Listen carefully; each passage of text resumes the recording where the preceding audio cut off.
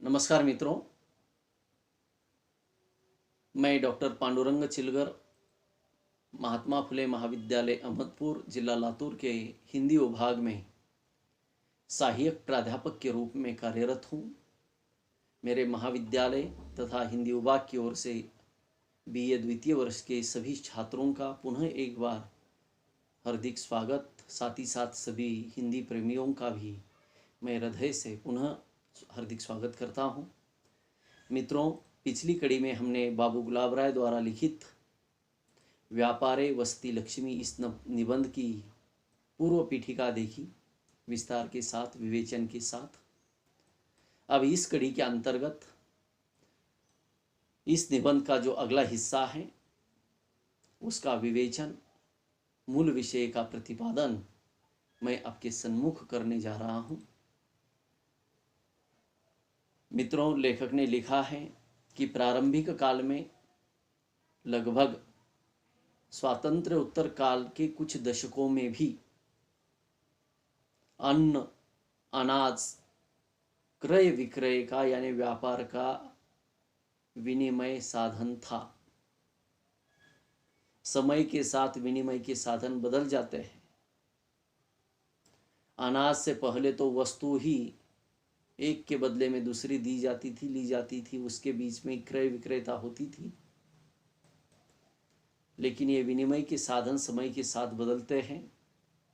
पिछली कड़ी में मैंने आपसे एक बात कही थी, आजकल तो हमें पैसे भी, नगद पैसे साथ लेकर घूमने की आवश्यकता नहीं है।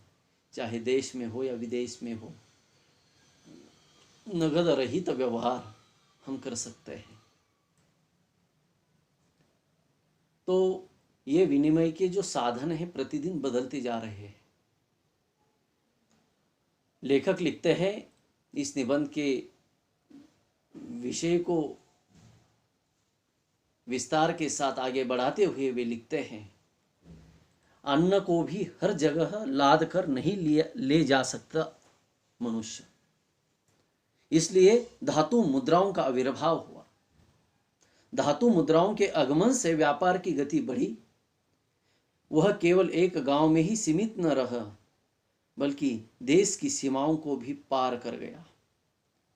विदेशों से हमारा संपर्क बढ़ा, विचारों की भी आदान प्रदानता हुई, सभ्यता के विकास को एक नई प्रेरणा मिली।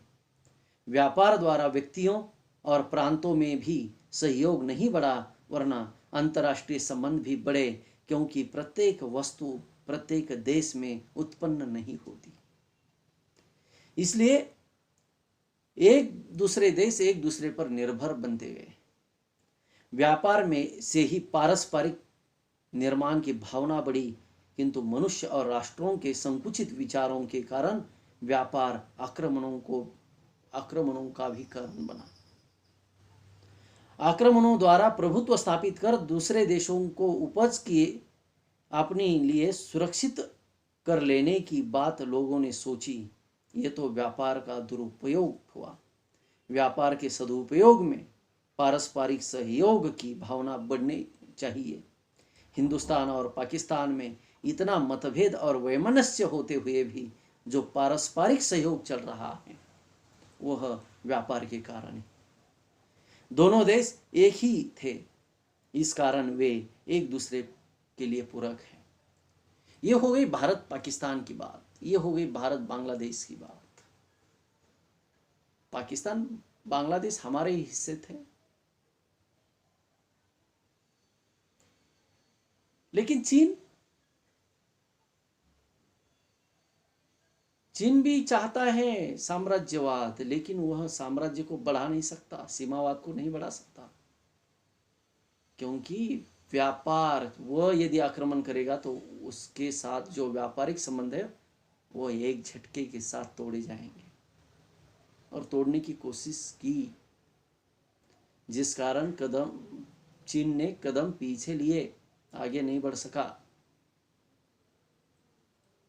कहीं भ्रमण ध्वनियों के ऑनलाइन के ऐप्स भारत सरकार ने बंद कर दिए, चीन के व्यापारिक सहयोग रोक दिया गया।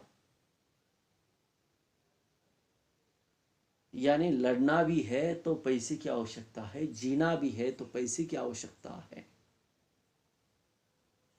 इस खातिर चीन ने अपने जो भी हथियार हैं वो अंदर ले लिए। अब देखते हैं कि अंतर्राष्ट्रीय स्तर पर भी साम्राज्यवाद व्यापार के माध्यम से ही बढ़ाया था अंग्रेजों ने। व्यापारी बनिया बनकर आए और राज करने लगे।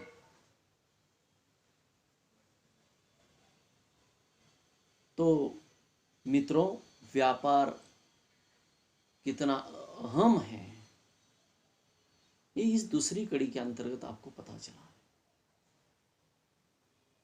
लेकिन व्यापार जितना महत्वपूर्ण है वह अधिक सतर्कता के साथ, सफलता के साथ कैसे किया जा सकता है, इसके ऊपर भी लेखक अपनी बात प्रस्तुत निबंध के अंतर्गत रखते हैं। हमारे युवा वर्ग को एक व्यापार का प्रशिक्षण ही इस निबंध के माध्यम से लेखक देते हैं। व्यापार कैसे करना चाहिए। पिछली कड़ी में आपने देखा लक्ष्मी के साथ साथ सरस्वती की भी आवश्यकता है, पैसे के साथ साथ ज्ञान की भी आवश्यकता है। जो व्यक्ति इन दोनों को समान महत्व देता है वही सफलतापूर्वक, ईमानदारी पूर्वक जीवन जीता है। इनमें से किसी एक को आप अधिक महत्व दोगे तो आपको जीवन में सफलता कतई नहीं मिलती। पैसा है लेकिन वह उसकी वृद्धि करने का ज्ञान आपके पास होना चाहिए, नहीं तो आप उसमें चौपट हो सकते हैं। और कुछ लोग तो इतने परजीवी हैं, आजकल के बच्चे माँ बाप पर निर्भर, परजीवी। जैसे विज्ञान के अंतर्गत आपने भी पाठशाला में पढ़ा होगा, परजीवी कीटक जीव दूसरों के ऊपर निर्भर। वो तो है, मनुष्य भी परजीवी है। मनुष्य की बात छोड़िए, कुछ लताएं वृक्ष भी परजीवी होते हैं। ये प्रकृति की ही देन है। लेकिन हमें स्वजीवी, स्व आत्मनिर्भरता के आधार पर जीवन जीना है। इसलिए लेखक लिखते हैं कि पारस्परिक सहयोग और लड़ाई से बचने की वृत्ति सभ्यता का प्रथम लक्षण है। मित्रों, व्यापार इस सहयोग के बढ़ाने में जितना योग देता है उतना और कहीं नहीं। युद्ध को रोकने में सबसे बड़ा नहीं तो एक बड़ा कारण व्यापार में हानि पहुंचाने की संभावना का अस्तित्व है। इस कारण चीन जैसा शत्रु हमसे डरता है। भारत ने व्यापारिक संबंध तोड़े तो हमारा कुछ नहीं रहेगा। तो इस कारण यानी व्यापार का महत्व है। यदि हम किसी देश पर किसी वस्तु के लिए निर्भर रहते हैं तो उस देश में सहज में लड़ाई मोल न लेंगे। मानो कि हमारे पास एक आध वस्तु की कमी है और हम दूसरे देश पर निर्भर है, जैसे कि यानी पेट्रोल है, डीजल है, उसकी उपज हमारे देश में नहीं है। इस कारण हमें दूसरे देशों के साथ, आखाती देशों पर निर्भर रहना पड़ता है और उसके साथ हम दुश्मनी नहीं मोल सकते, नहीं तो हमारी बर्बादी निश्चित है। यानी व्यापार दुश्मनी को रोकने का एक महत्वपूर्ण माध्यम। व्यापार ने यातायात के साधनों को सुलभ बनाने में योग दिया है। यद्यपि यातायात के साधनों में उन्नति युद्धों के कारण भी हुई है, तथापि युद्ध स्थायी संस्था नहीं है। व्यापार से जेलों यानी माफ कीजिए, व्यापार से रेलों, जहाजों आदि को प्रोत्साहन मिलता है और इनसे व्यापार बढ़ता है। व्यापार के आधार पर हमारे तत्कालीन डाक तार विभाग भी फले फूले हैं। व्यापार ही हमारे देश की सभ्यता का मापदंड है। बैंका भी आज व्यापार के कारण ही फली फूली है। दूसरे देशों में से जो हमारी आवश्यकताओं की पूर्ति होती है वो व्यापार के बल भरोसे पर होती है। व्यापार में आयात और निर्यात दोनों ही सम्मिलित हैं। आयात निर्यात के संतुलन में ही अथवा अपने पक्ष में कुछ विशेष धन बाकी रखने में ही देश की आर्थिक दृढ़ता की संभावना रहती है। निर्यातों के अभाव में हमको अन्न भी मिलना कठिन हो जाएगा, किंतु हमको अपनी मौलिक आवश्यकताओं के लिए दूसरे देशों पर निर्भरता जितनी कम हो उतना ही अच्छा है। व्यापार के साथ उत्पादन की भी वृद्धि आवश्यक है। हम अब भी स्वदेशी का व्रत भूले हुए हैं, लेकिन स्वदेशी के व्रत को दोबारा लेना आवश्यक है। यही आत्मनिर्भरता है मित्र। विदेशी राज्य न होते हुए भी हमारे बाजारों पर विदेशों का अधिकार है। आज हर वस्तु made in China, made in Japan, made in America, USA, UAE, UK. क्यों? जिस वस्तु को आप सहज बना सकते हैं वो भी वस्तु विदेश से।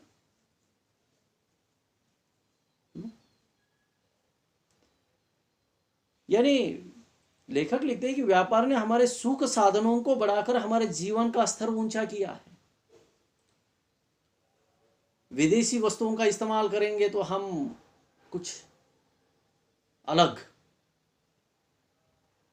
यह हमारी धारणा बनी हुई है। हमारे विशाल भवन, गगनचुंबी अट्टालिकाएं, स्वच्छ दुग्ध फेनोज्वल कटे छटे वस्त्र, विद्युत प्रकाश, आकाशवाणी, तार, टेलीफोन यानी दूरध्वनि, भ्रमण ध्वनि, रेल, मोटारें, हवाई जहाज, ये सब हमारे व्यापार पर ही आश्रित है। व्यापार में दूसरे देशों पर हमारी निर्भरता अभी बढ़ी हुई है। जब तक यह निर्भरता रहेगी तब तक हम सच्चे अर्थ में स्वतंत्र नहीं हो सकते हैं। हमें अपनी आवश्यकताओं को कम करके जीवन का स्तर नीचा गिराने की आवश्यकता नहीं है, वरना हमको अपने देश का उत्पादन बढ़ाकर अन्य देशों की भांति आत्मनिर्भरता प्राप्त कर लेना वांछनीय है। विलास की वस्तुओं के लिए धन बाहर भेजना लक्ष्मी जी का अपमान है। कितनी बड़ी बात लेखक ने यहाँ पर की है। विलासी वस्तुओं के लिए धन बाहर भेजना लक्ष्मी जी का अपमान है। ठीक है, जीवन आवश्यक वस्तु के लिए आप उसको बाहर भेजिए, उसके बगैर आपकी जिंदगी आगे चल ही नहीं सकती ऐसी वस्तु के लिए। लेकिन विलासी वस्तु के लिए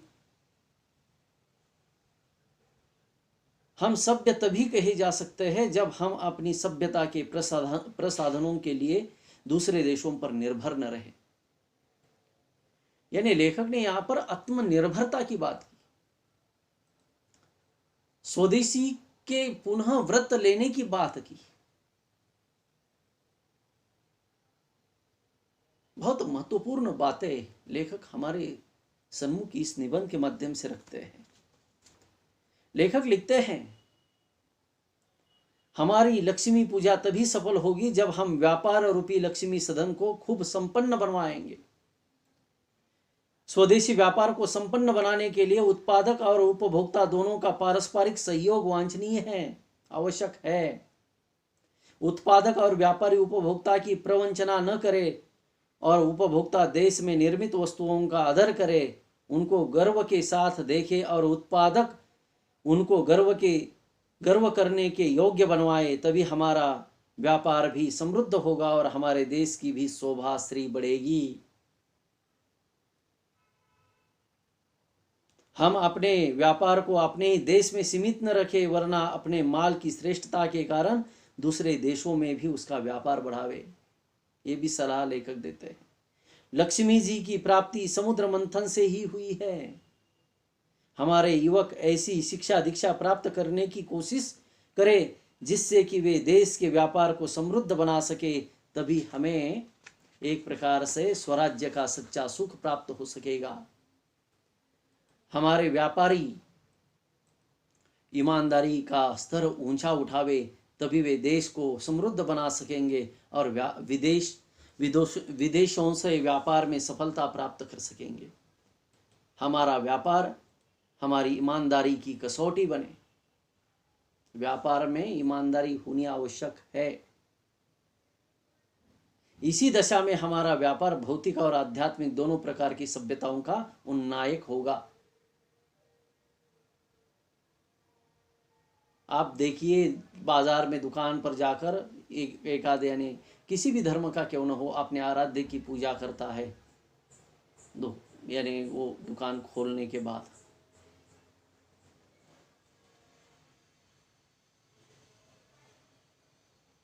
यानी एक प्रकार की श्रद्धा, एक आध्यात्मिकता की जोड़ व्यापार के साथ होनी आवश्यक है। भौतिकता की तो है ही, आध्यात्मिकता की जोड़ की बात भी लेखक यहाँ पर करते हैं। मित्रों, इसी प्रकार लेखक ने यहाँ पर व्यापार की विदेश नीति, व्यापार की आवश्यकता, लक्ष्मी सरस्वती दोनों को समानता देना, युवकों को अधिक शिक्षित बनकर व्यापार को बढ़ाने की एक सलाह, एक संदेश प्रस्तुत निबंध की इस कड़ी के अंतर्गत लेखक ने दिया है। इस निबंध की अगली कड़ी में हम कुशल व्यापारी के गुणों को देखेंगे। पुनः मिलेंगे अगली कड़ी में। आपने बहुत गंभीरता से मेरी इन बातों को शायद सुना है, इसलिए आप सभी छात्रों के प्रति, विद्वज्जनों के प्रति कृतज्ञता ज्ञापित करता हूँ और मेरे शब्दों को विराम देता हूँ। पुनः मिलेंगे। धन्यवाद।